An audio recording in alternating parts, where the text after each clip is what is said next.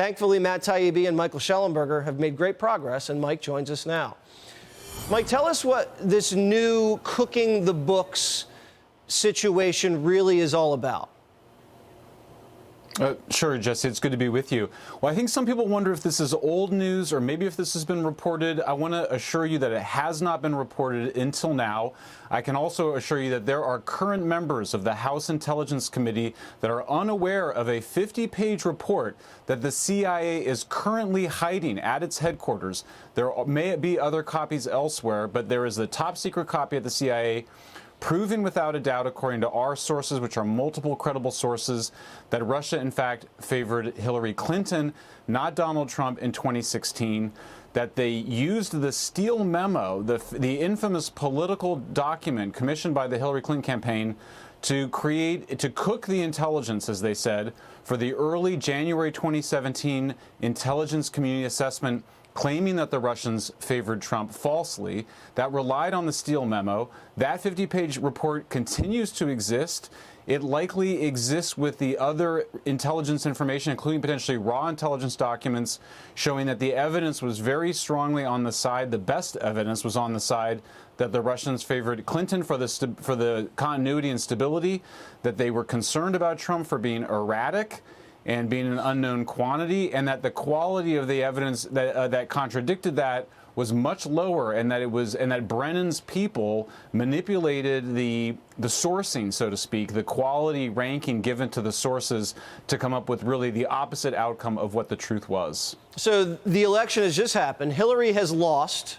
It was a surprise. They'd already kind of had this CIA, FBI deal working. And then they needed some major assessment that was authoritative. And you're saying Brennan at the CIA just started going like this and moving everything around to create this impression that they interfered on behalf of Trump? Yeah, that's right. There's actually two separate intelligence scandals here for people to keep in mind. The first one happened earlier in 2016, where our sources, multiple sources, tell us that Brennan oversaw manipulation of our foreign allies to basically entrap Trump associates to create the pretext for the FBI investigation of Trump supposed alleged collusion with Russia, which we now know is debunked.